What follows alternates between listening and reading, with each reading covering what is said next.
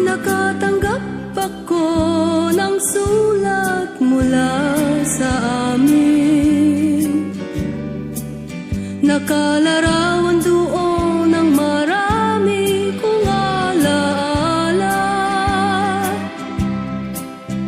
At bigla akong lumuha dahil ako'y sabik na sa lalawigan kong minumutya.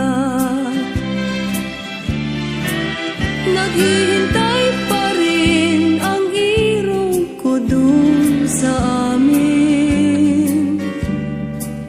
Mga magulang na may nag-aalala sa akin. Pumasilayan ko malamang buntok parang at batis. Gumagaan ang hirap ko at pasakit. Awitin ko,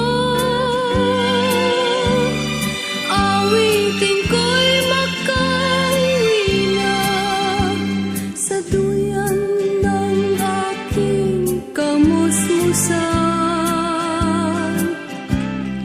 Sa piling mo,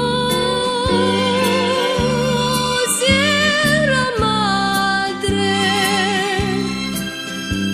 kandungan mo'y laging hinahanap.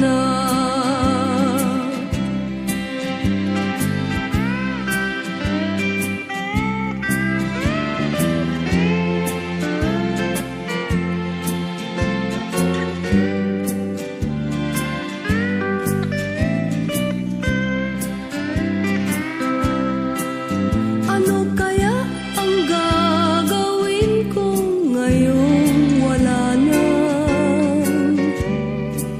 Natitirang pag-asa sa aking mga